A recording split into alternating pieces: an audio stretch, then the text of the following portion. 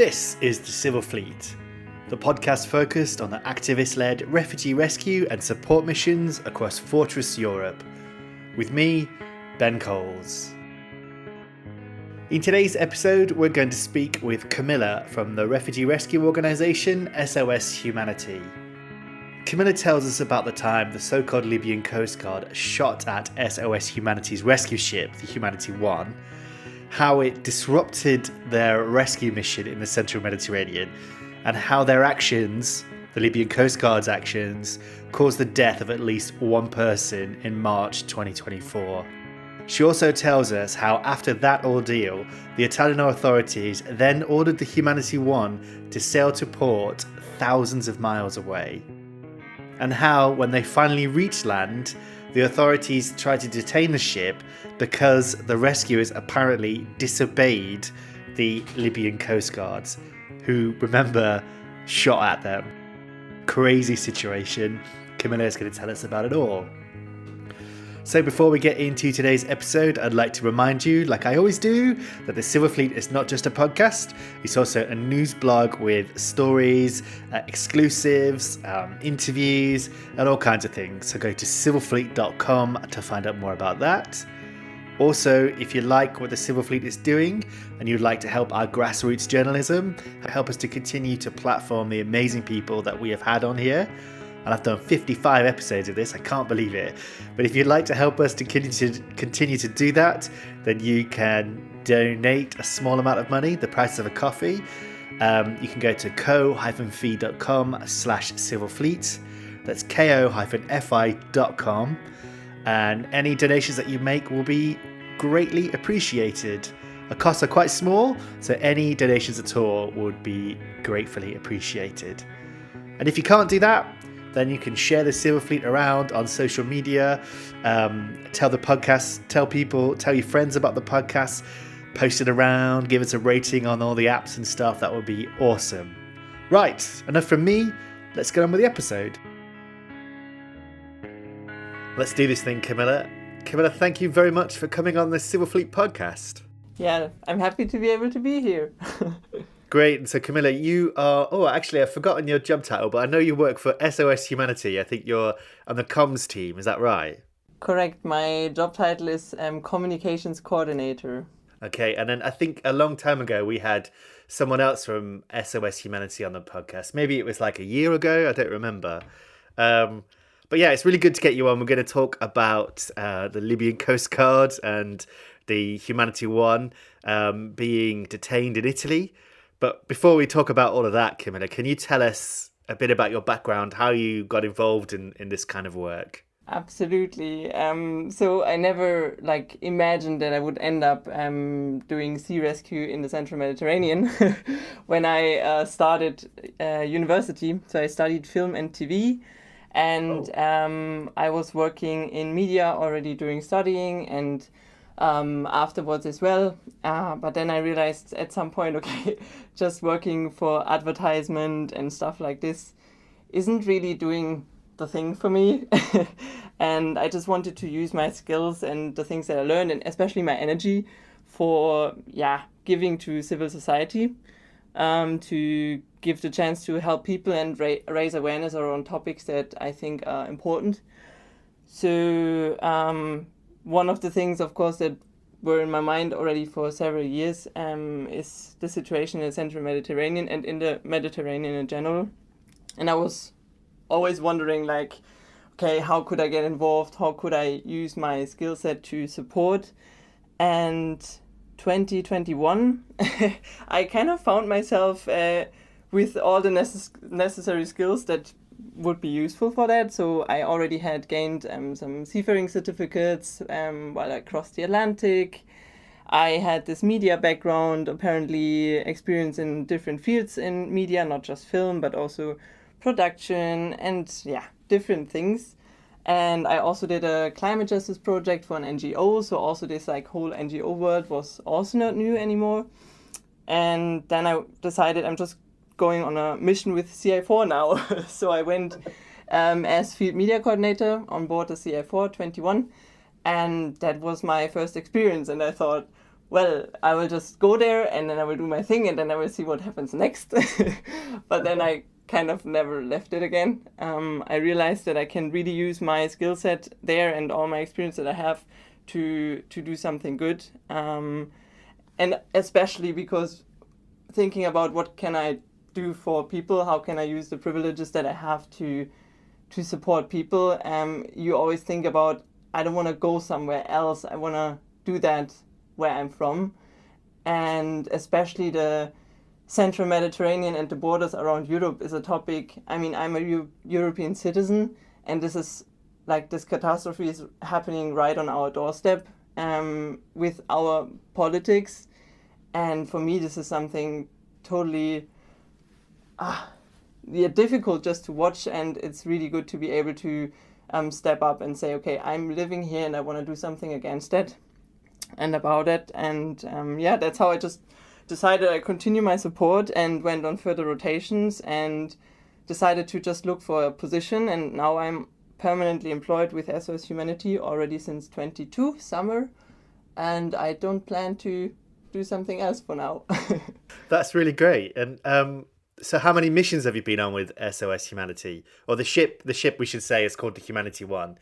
How many missions have you done with Humanity One? So on board Humanity One, the current rotation that I just finished was my 6th rotation on this ship. So it's literally my second home. And I've spent quite some time here on board. Yeah. Is it quite a big ship, I think, isn't it, the Humanity One? I recently went on the Mare Jonio when I was in Trapani for the last episode of the podcast. I went on the Mare Jonio ship. It's quite small. I was surprised how many people they can get on there. Yeah, we are actually quite good with our ship. We have more than 60 meters of length and space for 28 crew members plus one additional journalist on board, as an external person that can always come with us. So it's already a lot of people, which is great because we can really offer very good care for the people that we rescue. We have a full search and rescue team, so we're really good setup, and also on the comm side to be able to document what is happening in the Mediterranean and push for change. So this is really great with the crew that we have on board, and it's also pretty interesting. We have a mix of a voluntary crew and a permanent crew. So there's always this change happening, and you evolve as an organization, of course. But also the permanent crew helps to just keep the rhythm and get everything going. And we have quite a lot of numbers of rotations that we can manage to do every year. So that's actually really cool. And the work is super, it's flowing and it's professional and really feels super good to be part of this crew. That's great. You also said a minute ago that you crossed the Atlantic. How did you do that? Did you go on a sailing boat or something? Oh yeah, that was an interesting experience. After I did this climate justice project that I was mentioning before, I felt like, okay, I need some space. And then I just went to Gibraltar, and I heard or I read in a book that you can apparently hitchhike across oceans in the world on sailing boats. So I just went to the port there and asked around for 1 week if somebody wants to take on this weird person standing on the pier. And I got lucky and I really got on even a professional ship. They were doing a delivery trip from Europe to the United States for a shipyard. And then I went on as an official crew member and was really lucky to be able to cross and also continue to work on the ship for 2 more months. So that's why I got all those certificates from as well. That's amazing. I know of someone who he did something similar. He made it all the way to somewhere in South America. I can't remember where, maybe Brazil. But as soon as he arrived there, that was when COVID happened. So the country was in lockdown and he had to fly straight back home. That is ridiculous. It's literally almost the same that I did, because I also crossed in the same time. And when I arrived and everybody was talking about COVID and we were thinking it's a joke. All the media was full and you cut off when you cross the Atlantic, you arrive and then all the world goes into lockdown and you're like, what happened? Is that for real? So it was really the same time. Yeah, that's crazy. Well, that's really interesting. And we had someone on from SOS Humanity before, but I think it was a while ago. Can you give us a bit of background into SOS Humanity and tell us, I think we know it's a rescue organisation, but when did it start, and can you tell us a bit of its background? Absolutely. So we are a civil search and rescue organization, which means that we're coming from the civil society, being independent, being funded through donations. We're operating in the central Mediterranean and have our base in Germany right now. We've already been founded actually 2015 as SOS Mediterranee. And in 2022, we left the European network of SOS Med. And since then, we are independently operating as SOS Humanity with our own ship. So one more ship for our whole civil fleet. And also, just another possibility to get more money into the civil fleet and to operate with an additional ship. And we are following, of course, all the goals that other organizations in the civil fleet follow as well. Our main objection is how do you say? Our main goal, of course, is to save lives. I mean, that's what we're here for. But also, what is really important for us as an organization is that after saving lives, that we give assistance to the people, so to protect and assist. We have a really great care team on board. We have a protection representative, being able to make connections, for example, that unaccompanied minors get the support they need upon arrival, that people that have faced violence also get the support they need. So there's this connection happening between us on the ship and then organizations on land. We have a great medical team on board, which is always rotating, of volunteers rotating. So this is the second big thing. And of course, we want to use the experiences that we make in the Meds to testify. I mean, we are on scene, we are in the central Mediterranean, and we have to watch what is happening there all the time. So one of our big goals is to testify and to show the world what is happening there. Another thing that we started to push a lot since 2022 was change as a fourth goal of the organization, because you have to imagine, you think back, it started all 2015 and 7 years later we're still doing the same job, filling a gap, filling a void, doing rescue as a civil society in the central Mediterranean while still so many people are dying. And it's just, at some point you come to the questions like how and why is it still like this? So this fourth big goal is really to advocate for change, to not just testify, but also to use public but also political connections, and to not just raise awareness, but also to push for change. That's another big thing that we do. Yeah, that's good, because I always say this in every episode of the podcast. I think it's amazing that there's all these civil society groups and all these activists in the Mediterranean saving lives, but we shouldn't be there. There's no need. They shouldn't have to do that, right? I think it's good to campaign for our abolishment, our own abolishment, right? Absolutely. Because I guess if you don't do that, then you could argue that you kind of prop it up the system, but that's an entirely separate conversation. So the last mission. Oh, I'll just say, the last time I spoke to someone from SOS Humanity on the podcast was Mirka Schaffer. I think that's how you say her name. And that was in October. That was in October 2022. So it was a long time ago now. That was episode 31. So in the podcast, I'll have notes. People can see notes to that episode. So let's move on to the recent mission you've just been on. It was quite an eventful one. I think. So, why don't you tell us about this last mission that you were on? What happened? Yeah, absolutely. I mean, it's been a roller coaster. I'm actually in the organization as communications coordinator, part of the head of mission team, which is quite an interesting role. So, which means I'm not only part of the whole communication structure, but also focal point for legal and advocacy topics on board. And I work closely together with my colleagues in the home team, which are the captain, the search and rescue coordinator, and the care coordinator. So I'm super close to all the things that happen. That's literally also why you landed with me for this podcast, because I think I have quite a good overview on what happened. And we did everything like we normally do. We had our training with everybody who came on board, crew change. We went out to the area of operations. We normally go operate in the central Mediterranean because we know that there are the most distress cases happening where people don't get assistance. So there's this gap that we're talking about, this void that we try to fill.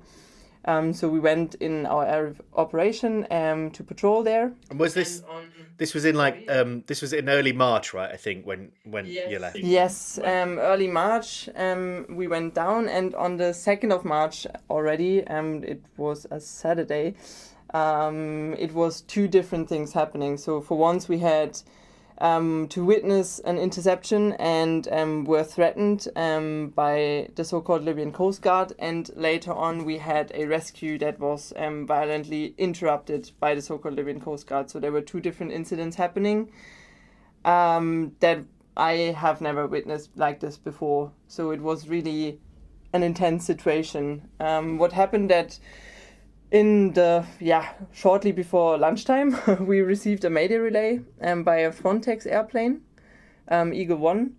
And we, of course, directly went to the case. So that's what we do. We patrol until we get a Mayday relay or get a distress case via email. And then we went there. And there was a so-called Libyan Coast Guard vessel already on scene before us. The distress case had approximately 50 people on board.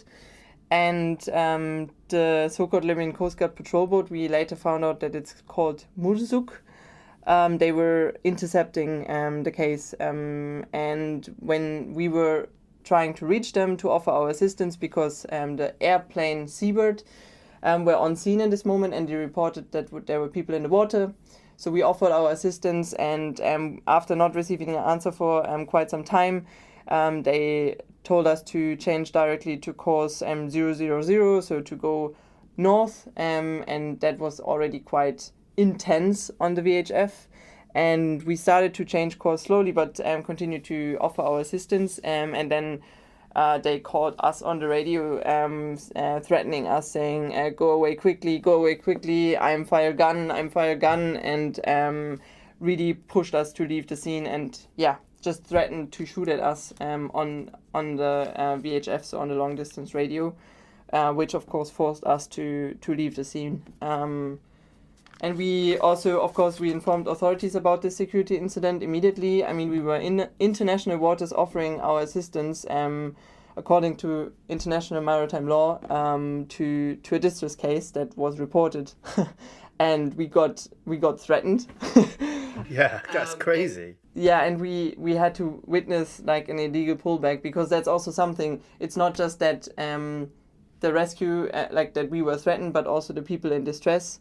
They were not rescued in this matter, because officially, by law, a rescue has to be completed with the disembarkation in a place of safety. This is very clearly stated in international maritime law. And the so-called Libyan Coast Guard brings people back to Libya, which is not a place of safety. So they were illegally pulled back to Libya, and we just had to witness that from a distance. That was the first incident of this day. You said at the beginning there that did Frontex, which is the European Border and Coast Guard Agency, for anyone who doesn't know, did they told you about the position of the people in distress there? Absolutely. They were calling on VHF, so on long distance radio. They were setting out a Mayday relay. That means that they are setting out a distress call to everybody in the range of this radio communication. And then we reacted on this distress case. That's what everybody is obliged to do who's in the area, to react on a distress case that is called out. Correct. Yeah, that's something I think people either willfully misunderstand or don't understand, that the Mayday relays go out to everyone in the area, right? So if there's a boat in distress and it's reported and the authorities find out about it, they should send a warning to everyone in the area that there's people in distress in this location, right? Absolutely correct. Because you get people who either don't understand or who willfully misinterpret the situation. They'll say, oh, the rescue ships, they find people because they're in contact with smugglers and stuff, but that's not how it works. No, absolutely not. So we are always in this area of operation, just patrolling and then waiting for distress calls to come in. And there are different ways that we receive those calls. Sometimes it's like in this case, and also in the case that we had in the afternoon, that there are either civilian airplanes in the sky or also Frontex airplanes, or maybe sometimes it's also fishing vessels in the area that just report a distress case. And that can be, for example, because they see unseaworthy boats that can be very, very small boats in the middle of the central Mediterranean. They can just not sustain in in the middle of this Mediterranean. They are sometimes overcrowded. People don't have any life jackets. You have to imagine like small boats overflowing with people. Nobody has any life jackets on or something. If something like this is seen, it gets reported to all the vessels in the area to make sure that those people are saved. Very often also they wave to airplanes and to other boats to get assistance. They're running out of fuel very often. So the other way that we get distress calls is through like a alarm phone. I know that you already had some podcasts also about this topic. Alarm phone is an amazing civil organization. We call it our Civil Maritime Rescue Coordination Center. And they are there in shifts, like civilians, listening or receiving distress calls. So there's this distress number out online. And then when people call this number, they always inform all the authorities and all the assets in the area. So that means Alarm Phone receives a distress case, then sends out an email to all the maritime rescue coordination centers, to all the authorities, but also to the airplanes and to us as search and rescue organizations. And that's really the only actor that provides us with information. So we don't get information about distress cases by email from the rescue coordination centers themselves, sadly. But those are the two ways that we normally get distress calls in. And sometimes we also just run into boats in distress just with our lookout that we always have active on the top deck while we're in the area of operations. And you also mentioned the Seabird there, which is a reconnaissance plane operated by Sea-Watch, I think. I recently met them in Trapani. They were really nice. So they're also watching from above, and I think they may have filmed what happened in the afternoon. I can't remember. Absolutely, yeah. So that morning mission, you witnessed an interception, which must be quite distressing. Yeah, you have to imagine you are in the distance. You can see through binoculars that people are jumping and falling into the water. I mean, I'm doing this work now for quite a while, and part of my job is not just to coordinate and to run around on the bridge, but also to conduct testimonies of survivors. And I have had so many people telling me, before I go back to Libya, I'd rather die at sea, because Libya is like living in hell. People say, like, if I know that I can die there, but I still try over and over again until I die or I can leave Libya. So that's what people tell us. And then you have to imagine, they know so many people that we met have tried several times to flee Libya and always got returned back by the so-called Libyan Coastguard. And when a boat of them arrives, you have to imagine they arrive with rifles, with fire guns.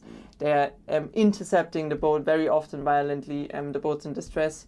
And they're not asking the people, they are like forcing them on their boats and bringing them back to Libya. And the people panic. This is what we witness over and over again, and especially also the airplanes. They're witnessing way more than we do.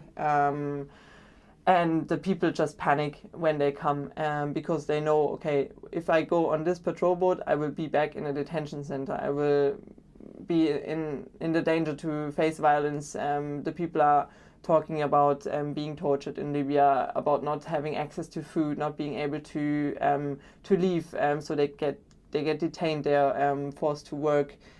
It's a really devastating situation, which is also documented in Libya. So this situation in Libya is clearly documented, and the public and the authorities are well aware of that. And still, we support, train, and fund the so-called Libyan Coastguard, who brings those people fleeing back to those inhumane conditions in Libya. It's crazy. And then being in the situation as well, same like the airplanes, having to watch the situation and without being able to support. And also you have to imagine there's so many people in the water, you don't know how long they're going to make it or if somebody drowns in the situation. And you have a rescue ship, you have RIBs, you have floating devices, life jackets, you could go there and support, but you can't because they threaten you with like shooting at you in international waters. So literally you have to watch it and you don't have any choice then to change course and to inform the public about another interception. I mean, just last year, I wrote it down somewhere, I think like 53,000 people have been illegally returned and intercepted. That's insane. I mean, just imagine that. That's an incredible number, isn't it? I think more people are intercepted than die, according to official statistics, right?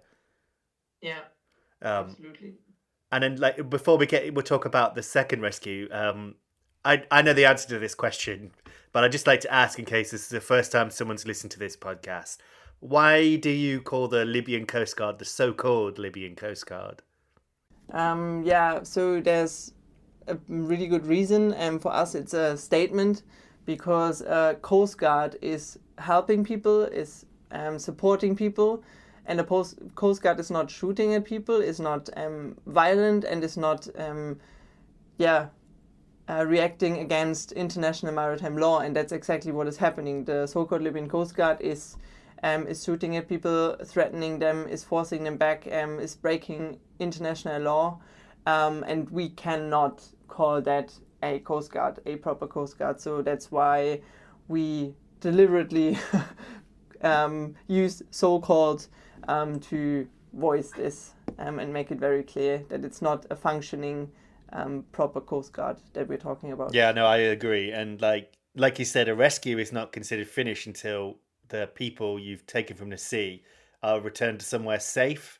And Libya, even Italy's highest court recently said Libya is not a safe place. So yeah, if they're returning people to Libya, then that's not what a Coast Guard does, right? Absolutely. So the second mission, you witnessed this horrific interception. And then they threatened to shoot you in the morning. And then what happened in the afternoon? Yes, so the afternoon was actually also intense. We turned back from this case, and we were just trying to wrap our minds around what happened in this interception when we received another distress case from the civilian airplane Seabird. They informed us about a distress case with around 20 people, an unseaworthy fiberglass boat, a white small boat, overcrowded, no life-saving equipment. So, of course, we directly went there. This was like in the early afternoon. And we thought we would take a little bit longer, but just 10 minutes after we received this information, we already had a visual on this distress case. And were immediately getting ready to launch our RIBs. We have 2 RIBs. Those are fast rescue boats, so rigid hull inflatable boats. And we let them to water and then support the cases, those distress cases, with life jackets and then bring the people to safety. So we immediately got ready to launch, and the rescue team got ready to assist the people. We also always informed the authorities about all of those steps. So we informed them that we received a distress case, that we're on scene, that we are doing this rescue because the people are in distress. And while we are getting ready, getting the RIBs launched, there were popping up 2 more distress cases on scene. So suddenly we were surrounded by 3 boats in distress with an airplane flying above us. And just a few minutes later, the lookout telling us that the so-called Libyan Coast Guard patrol boat is approaching the scene. So that was like so many things happening in a very short time. The so-called Libyan Coast Guard patrol boat was still super far on the horizon, but we knew quite soon that they were underway, while our RIBs were already in the middle of the rescue operation. So they were starting already to hand out life jackets to the first boat in distress. The the other RIP was taking care of the other two boats in distress. So we were simultaneously having like one RIP with one boat in distress and the other RIP with two boats in distress. The one RIP, we call it our RIP Bravo, almost finished the rescue already of the first boat that we encountered. And our other RIP had already given out life jackets to the second boat in distress, and had just started to hand out life jackets to the third boat in distress with the most amount of people on it. And they were all three fiberglass boats, all overcrowded. None of the people on board had life jackets, and one boat had already taken in water, so the people were in imminent danger. And while all of this situation was ongoing close to our ship, the so-called Libyan Coastguard launched a small speedboat at tender, quite far in the distance, and started to head to us. And the moment that they came to the scene, so it's a small tender, the patrol boat stayed further away. When the tender arrived on scene, we were almost done with the rescue of the first boat and right in the middle of the rescue of the two other boats. And by international maritime law, in this moment, we are the on-scene coordinators of this rescue because we were there first. We were already in the middle of the rescue and everything was super calm and smooth. So we were really, it was all going well. People were super relaxed, and the small boat, the speedboat of the Coast Guard that was coming, they had a rifle on board. And immediately when they arrived on scene with our second RIP, with the two boats in distress, they had the rifle and pointed the rifle at the people and at our RIP crew and told them to go away, and threatened them with this rifle. So our RIP had to move a little bit away, but of course they stayed on scene because they were scared that people panic and people jump in the water. So many people still had no life jackets on, and our second RIP in the meantime finished the rescue of the first boat in distress. The small tender carried 5 crew members of the so-called Libyan Coast Guard. Some of them were masked, so you have to imagine there's a small boat coming with people shouting, having a rifle, pointing the rifle at you while you're in distress in a small boat, taking in water, and they are like forcing the rescuers away. So this is the situation that you can imagine. And then they were... It's absolutely terrifying. Sorry? I said it's absolutely terrifying. It's like being attacked by pirates. Yeah, absolutely. So this is the situation that you're facing in international waters. Always to repeat that again. What happened next was that the so-called Libyan Coast Guard crew was hijacking both those two boats in distress that were still not rescued yet. So they entered in the first boat, they brought 2 people, and in the second 1 or 2 people. We're not 100% sure with the evidence that we collected. It's not 100% clear. And they hijacked the boats. In one of the boats, they took the rifle with them. And on the other boat, most of the people had no life jackets on, they started the engine and started to move away from the scene with this boat in distress. In this moment, already both of our RIPs were on scene because the rescue of the first boat in distress was already completed. So all the people from the first boat in distress were safe on board Humanity 1, and both of our RIPs were standing by and watching this ridiculous action of the so-called Libyan Coast Guard. And when they moved away with one of the boats in distress, people panicked completely on the boats and started to fall and jump into the water. And of course, our 2 RIPs immediately intervened. They threw floating devices. They went to rescue the people that were in the water, many of them without life jackets. So this was a super chaotic situation in this moment.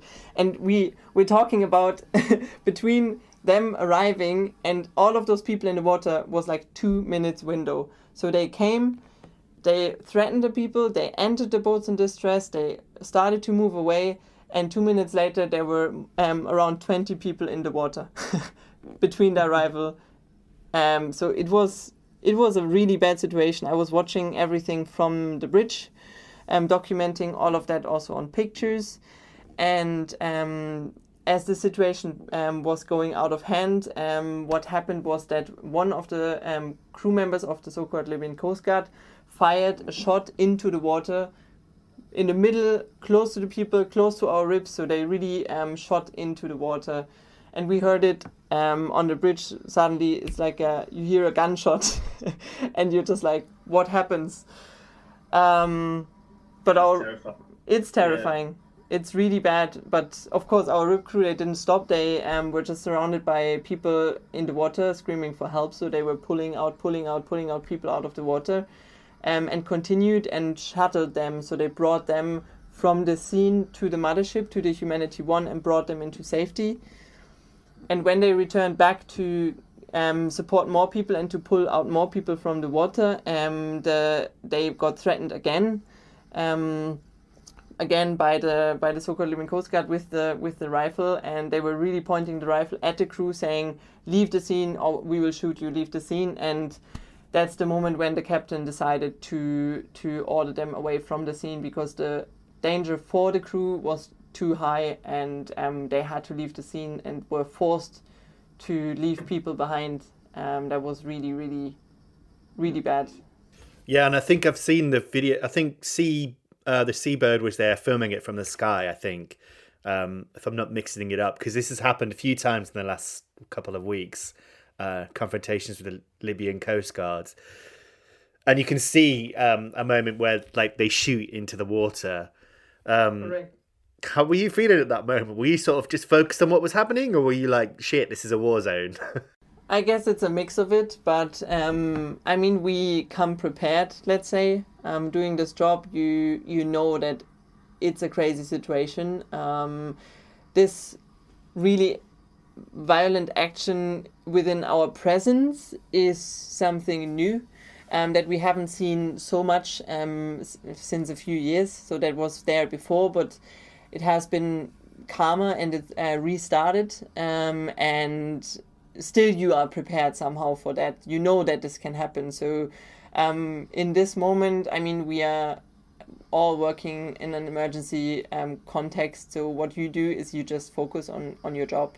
So in this moment, it was very clear that we have to, what we did on the bridge was we were calling immediately upon the arrival of the patrol boat of the Libyans. We were calling the Libyan Rescue Coordination Center and told them that we are on-scene coordinator, that there's a patrol boat coming. We also told them when they threatened the crew, and we asked them to let us finish the rescue, and they just, it was ridiculous. So the communication didn't work, and they were just saying, go away, and it's not your rescue, and we just said, we are in the middle.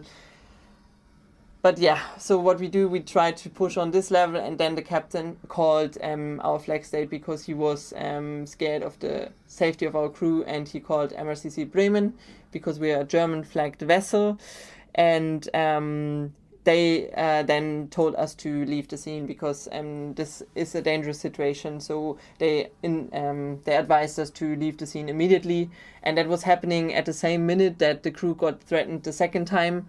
And they really pointed the rifle at the crew, and they reported it to the bridge, and then the captain was literally forced against international maritime law to leave the scene and to leave people behind in the water from the Libyans. So that was it was a crazy and chaotic situation, but we all kept on focusing on our jobs. The RIP crew, they just continued to pull people out of the water for such a long time. And you also have to imagine it's a super straining job. You're just pulling and you just go over your strength. So you really swap from the thinking mode to the functioning mode.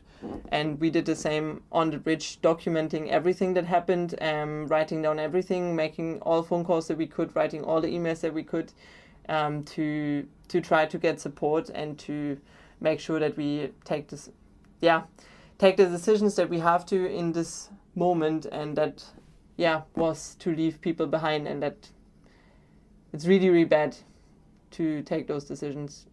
Yeah, it's horrible, and like there's just so many things I could talk about here. This situation really highlights why you refer to the Libyan Coastguards as the so-called Libyan Coastguards. It's just crazy, and I often see that the civil fleet gets accused of not following the law, or of people accuse you of some crazy stuff. but it's clear that you are following legal international law procedures here, and the ones that are acting crazy and against the law are the so-called Libyan Coastguards. It's just wild. Absolutely. And also, I mean, we publish on those things, and you can clearly hear also in the communication that is happening, how professional our bridge is communicating with the authorities. You see that in the email documentation, in the sound recordings, and you also see that the responses that come back are partly just in Arabic, are partly just threats. This is no professional communication, if it's communication at all. If you reach someone, sometimes there's just no one picking up, or the line is like blocked, or the number doesn't work, and it's ridiculous when you think about this, that we get blocked acting upon maritime international law, holding up human rights law, and people who are shooting at people coming must, threatening that they get then funded for this. It's crazy. And this is kind of an aside, but this morning I was listening to a podcast about pirates, pirate history podcast it's called, and just having this conversation now just makes me think of similar things. Like, what they're doing is the same. What the Libyan Coastguard, the so-called Libyan Coastguard, are doing is the same thing that I was listening to this morning. It's crazy. What a crazy world. Yeah, and as well, when you think about the fact we of course we documented everything, and we tried to find out what patrol boat was that we were encountering, and we could identify it as one of the patrol boats that were just last summer 23, given by the EU to the Libyans as patrol boats. So they gave those two boats, and in the official detention papers that we later got, they even specified which one of those two boats it was. So we even know the call sign of the boat, that the name of the boat, it's patrol boat Mulzuk. It's a boat that got given to them by the Coast Guard, and you just wonder, you're a European citizen, you're rescuing people according to law, and you are threatened with a rifle, and also on the radio in the morning already, to get shot at by an actor that is like violent, that is breaking law, that is funded by the EU. That's you start to wonder in those moments. And I think, I mean, I'm not an expert on like war or anything, but surely they have absolutely no right, no legal basis to use it to threaten you, right? There's no, it's not like you're posing a threat to anyone. What a crazy world. Yeah, because when we are on scene on a rescue, we are the on-scene commander. That's clearly stated by law. And of course, if you argue that the Coast Guard of the Libyans is an authority, of course they then are an authority by law. But also, if they tell us to do things which are not in line with law, our captain is obliged to follow the law in these moments, and that's also what happened. I mean, we were asked to move away under the threat of guns and stop a rescue operation, which is unlawfully. We cannot just leave people behind and just stop a rescue operation. So this is showing again. It's like, no matter what we do, we try or we stick to the law, but then we get forced to break the law by so-called authorities. Yeah. I mean, and then the situation continued to be absurd, right? It just got more and more absurd. So you left the scene, and how many people had you rescued? Correct. So we managed to save 77 people. In this moment, around possibly 20 people were pulled back. We saw that around 150 people were on the patrol boat of the Libyans. So, and we also got that confirmed later, that all of those people had been returned on that day from this patrol boat. And also we have a survivor who saw that one person got left behind on scene, and therefore we have to presume that the person drowned. So it's been a super messy situation. We had to leave the scene. It's been very chaotic, but we know for sure that a lot of people have been pulled back of this rescue and of other rescues, and we have to think that one person has drowned in this moment, and that's the worst the worst thing to do as a rescue ship, to leave the scene in such a situation. Absolutely. The people that came on board, maybe that's also important to know. So those people were from different backgrounds, but they all came, like most of the people came on board wet after being in the water. They were super hypothermic. We had to give them rescue blankets. They were shivering. They were really in a bad condition. But luckily they went better quite quickly. Our care team and our medical team took good care of them. So that was something good in this moment. Yeah, and like every ship, there's all these civil rescue ships. They all have doctors and medical crews, right, that are well trained and know how to deal with these people, unlike the Libyan Coastguards. Yeah, absolutely. So after that, you requested a port of safety from the Italians, I think, which I understand. I think it's been a year since they introduced this law, this new decree. I think it's called the Piantedosi law. Piantedosi law. Yeah. Can you explain what that is? Yeah, so the Piantedosi law was, in the first moment, it was a decree that was given out in January 23, and then converted into a law a bit later as law number 1523. So it's, in the same name as Piantedosi law, and it's stating that we, after conducting one rescue, that we have to immediately go to a place of safety without further deviation. So it's also forcing us, if there are other open cases in the area, to head to the assigned place of safety without deviation. And this is really a bad situation for us, because we have the capacity to have 200 people on board, but even if we rescue 10 people, we have to leave the area of operations and go to a place of safety. And this is really difficult for us, because also if there's a distress case around, we are obliged by international maritime law to support those people in distress, in imminent danger, and this is not working. So you then have to call and say there's another case, and then it's like, yeah, but go to the place of safety, but is somebody else taking care of this other case? So it's always this back and forth between the authorities. They immediately sent us a place of safety. This time we got the Porto de Empedolce. I'm not an Italian speaker, so sorry for that. In Sicily, and we were actually quite happy that it's such a close port. But just a tiny bit later, then we got assigned Bari as a place of safety, which is super far in the north. And that's literally the other thing that decree law is used for. So they are having this law to send us away as soon as possible, so immediately after one rescue, no matter if we still have capacities and if there's still a case out. And then they have this practice to send us civil fleet to ports partly 1,600 kilometers away in the north of Italy. I mean, we talk about really north of Italy, like Liguria. And this really stops us from being present in the, or hinders us from being present as we could be in the area of operation, where anyway there are way too little rescue capacities. So this is the other thing that is happening. And also in our case, again, we received Bari, which is super far away. And for us, that means, I mean, the longest transit to a place of safety that I did was 5 days.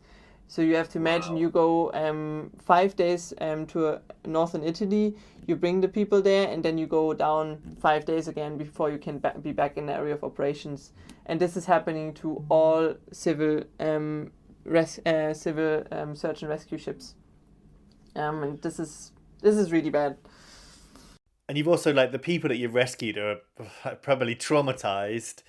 Some of them have like had burns and this kind of thing, right? Like they're in a shit situation. They're in a really critical situation, but then Italy is sending you thousands of miles away. I often refer, like, just for people in Britain, it's like rescuing people in Cornwall, and then the authorities tell you to take them to the Shetland Islands, all the way in the north of Scotland. It's just insane. It's so terrible. So you get to Bari, you disembark the people in Bari, and then you find out that you're being detained. Not completely. There's something else happening in between. So Okay. we were on our way north, and there was a big weather coming in. So we continuously pushed for a closer place of safety because it was really strong weather, and we would have needed to shelter somewhere. So there was no way we could go to Bari.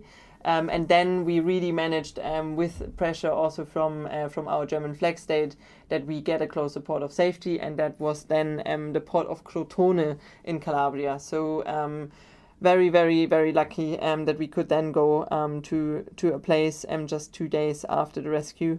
Which was really relevant because the next day there was really strong weather coming. And this is also what we see. The only reason that we as Civil Fleet get closer ports is because of the weather conditions. And especially now in winter, there's a lot of winds and waves coming in. And we needed to push quite a while for 1 day, but then we received a closer port where we went. That is good. That's better. Well, it's shit, but it's better than Bari, right? Absolutely, yeah. So Crotone's in Sicily, I think, isn't it? Crotone is in Calabria, so it's on the sole of the shoe of Italy. Italy's such a useful shape; it makes it easier to picture. So then in Crotone you found out the ship's being detained. So what happened? Yeah, so you should think, you have all those things happening and that you get a break at some point, but of course you don't. We arrived in Crotone, and the disembarkation went super smooth.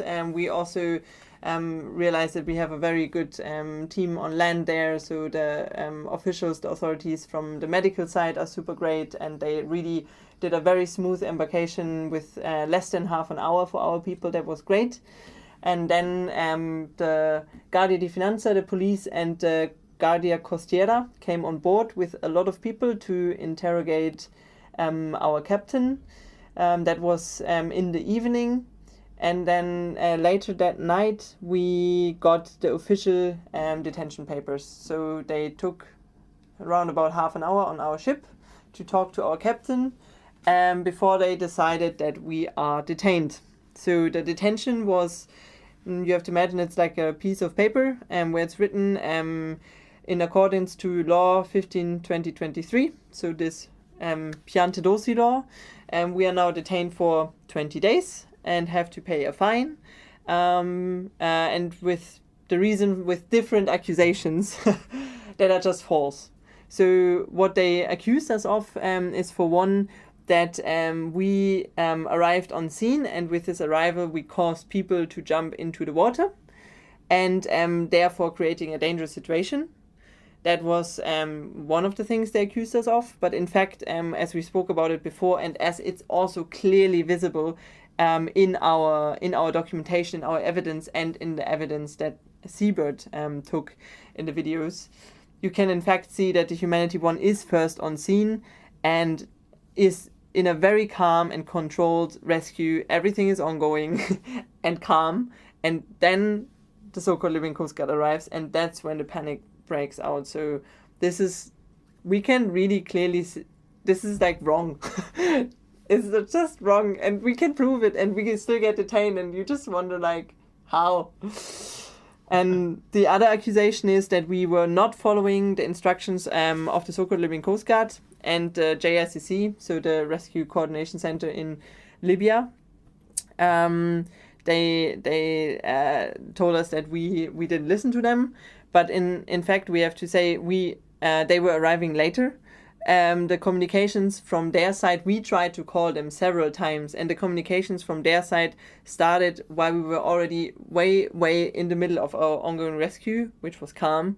And the commands they then gave us were, while we were on scene command at this moment, were unlawful instructions towards the captain that he couldn't follow. I mean, you cannot leave by law an ongoing rescue situation while people are still in distress. So that's what they told us. The people haven't had all life jackets. One boat, as I stated before, had already taken in water.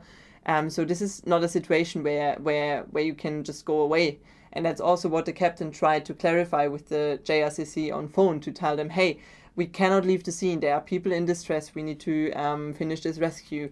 And in the end, we follow the law.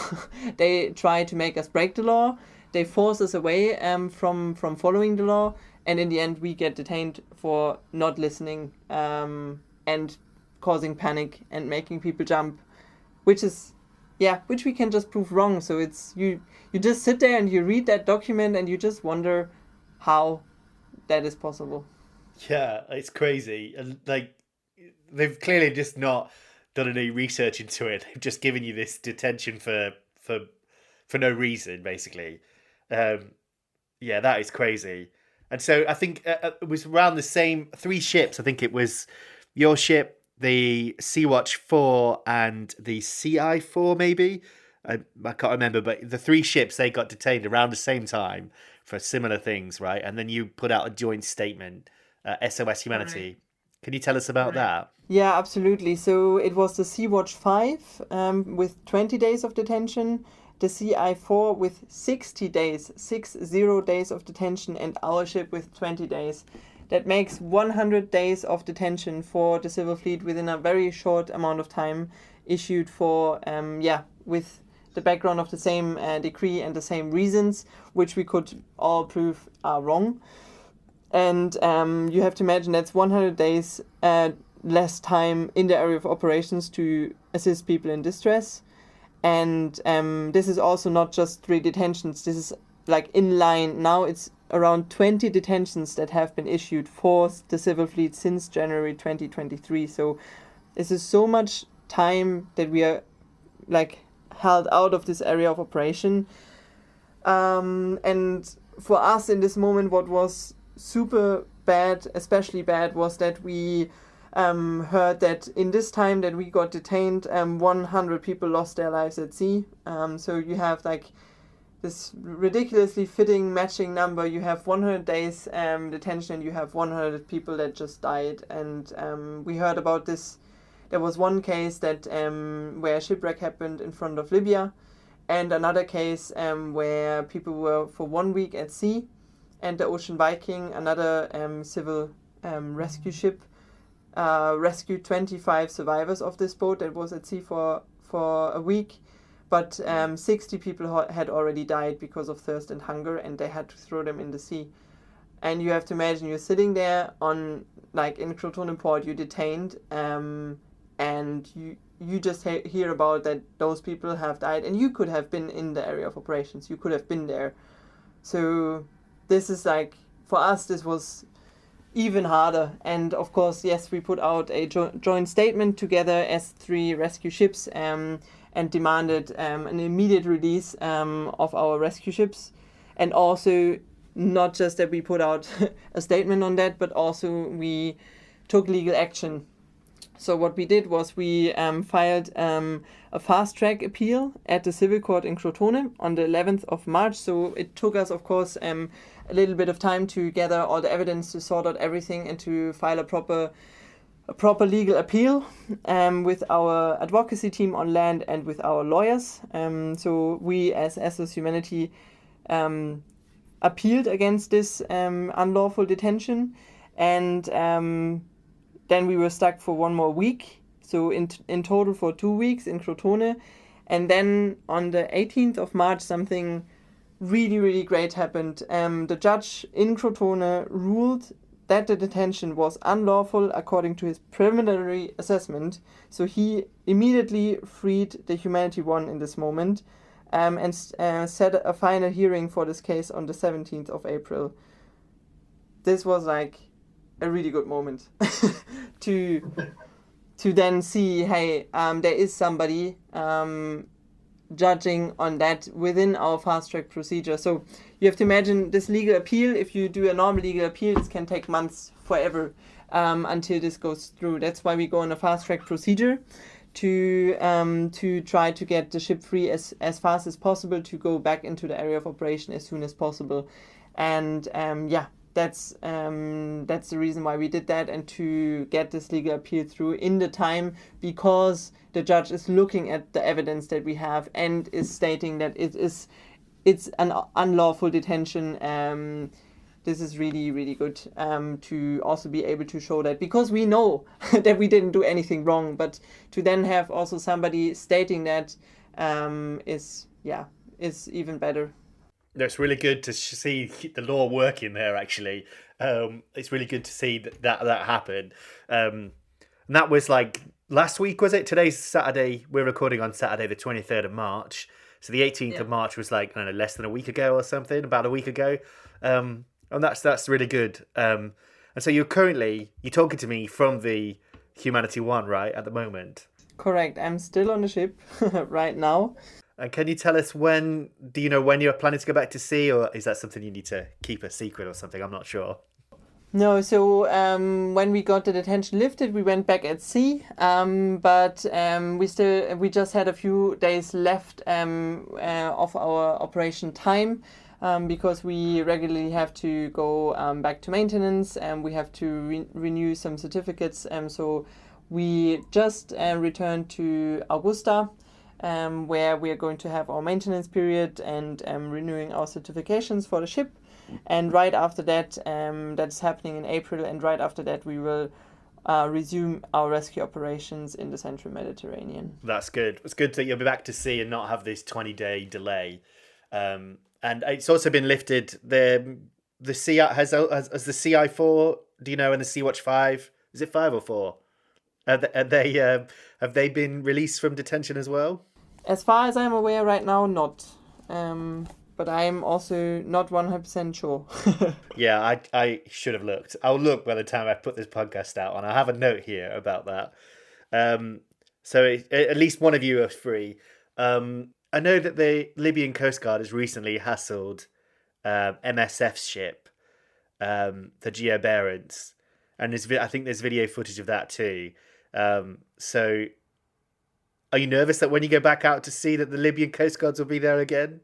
I mean, the thing is that they are very active right now, very up far north into international waters, and we always have to consider that they are going to be there, especially because in the area where there are most people in distress, and they are super active as well.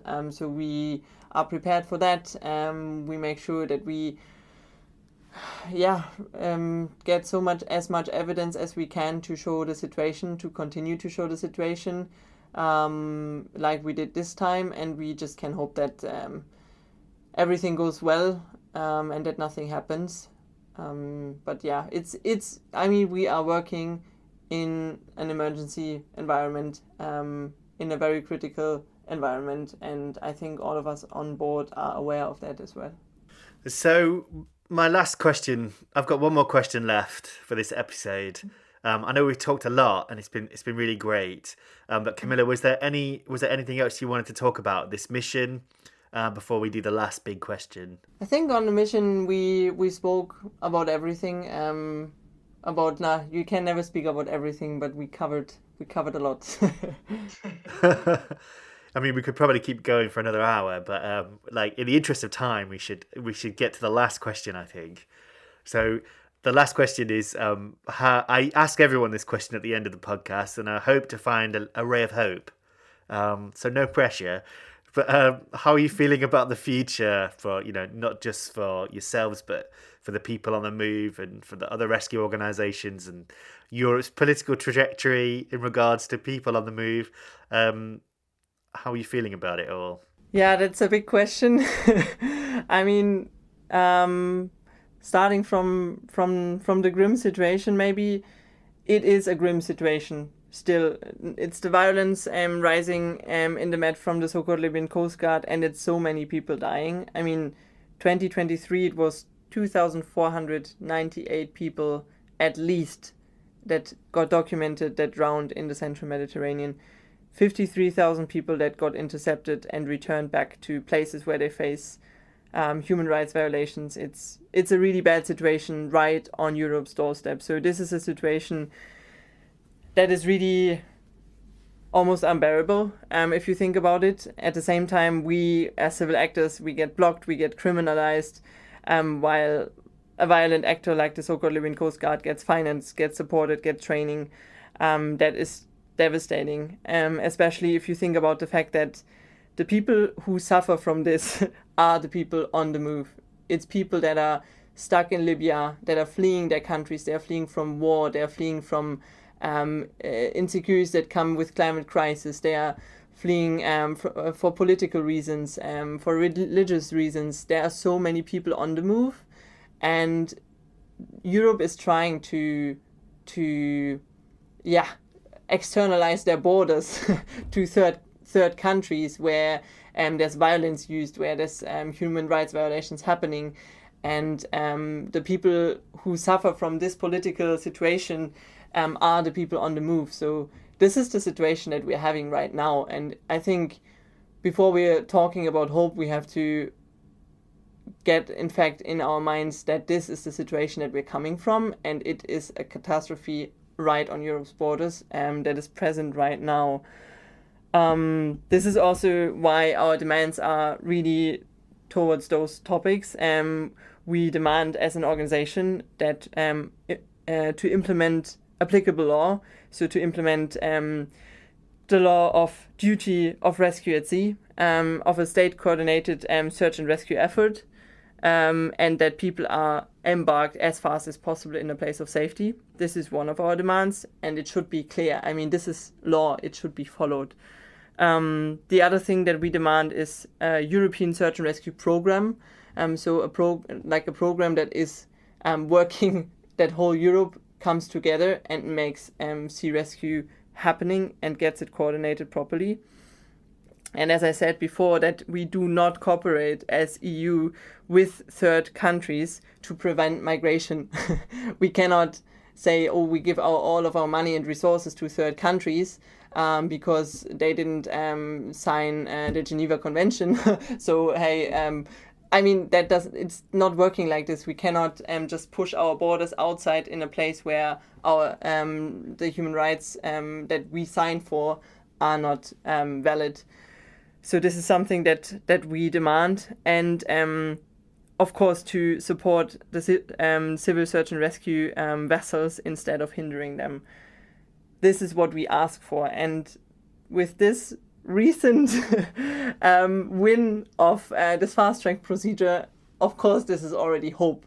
You see, hey, there are people out really making it happen. They make it happen that this law is looked at and is second-guessed what is happening there. So this is, of course, giving hope, and also the knowledge that it is looked into the security incidents that we had at sea, that the police and the Ministry of Foreign Affairs is looking into those things, and also what that could lead to, because just making it more and more public that the so-called Libyan Coastguard is a violent actor threatening us and others and breaking the law, of course gives me the hope that we are soon in a place where there is no cooperation, no training and no financing of the so-called Libyan Coastguard anymore, because this makes us as EU complicit in human rights violations. That's just how we have to say it. And so there's this grim situation that we're in, but there's also the things that are happening on the upper side. And also the last thing, no matter how grim the situation is, the people that we meet here on board, the people that we can bring to safety, at least for if it's one person, those people, we just did something already. So this is already the hope. It's like when you talk to the people and you just realize it's just so good to be with humans and just to meet each other on the ship and to have conversations and to see how strong the people are that are fleeing, that are on the move, and to be able to be a small part of their journey and to make this small part of the journey a bit more bearable is already something that gives me a lot of hope for the work that we do. Yeah, me too. It's I always find it hopeful that even though, you know, we shouldn't have to do this, but there are civil society actors out there like standing up for what's right, and hopefully sometime in the future things will get better. I think we have to believe that, otherwise that won't happen. Well, Camilla, that was really great to speak to you. Thank you so much for coming on the podcast and telling us all about this stuff. I think I'm gonna have notes to where people listening, if they want to donate to the SOS Humanity, they can do that. I'll have all the links for that kind of stuff. So yeah, thank you so much. It's been great to talk to you. Thank you for talking about the topic and bringing it out into the world. It's very, very important. Thank you. All right, that was episode 55 of the Civil Fleet podcast. Thank you so much for listening. Thanks again to SOS Humanity and to Camilla for coming on the podcast and talking to us about the crazy things that happened to them in the Mediterranean last month. Well, this month, actually. What do we say at the end of the podcast? We say go check out thecivilfleet.com for stories. I've had some exclusive stories on there recently about the UK Home Office. I urge you to check them out. You can help us cover the costs of our grassroots journalism and platforming the amazing people that we have on here. You can do that by going to co-fi.com/civilfleet, and you can choose the amount you'd like to donate, a small amount like a price of a coffee or a beer or something, or you can buy me a Lamborghini or something. You could do that there, and any help will be greatly appreciated. Our costs are very small, but any help will be great.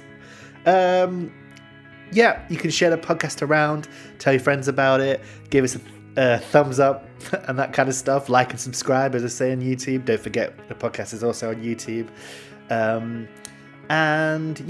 Give us a rating on podcast apps. That would be great. Okay, that's enough from me.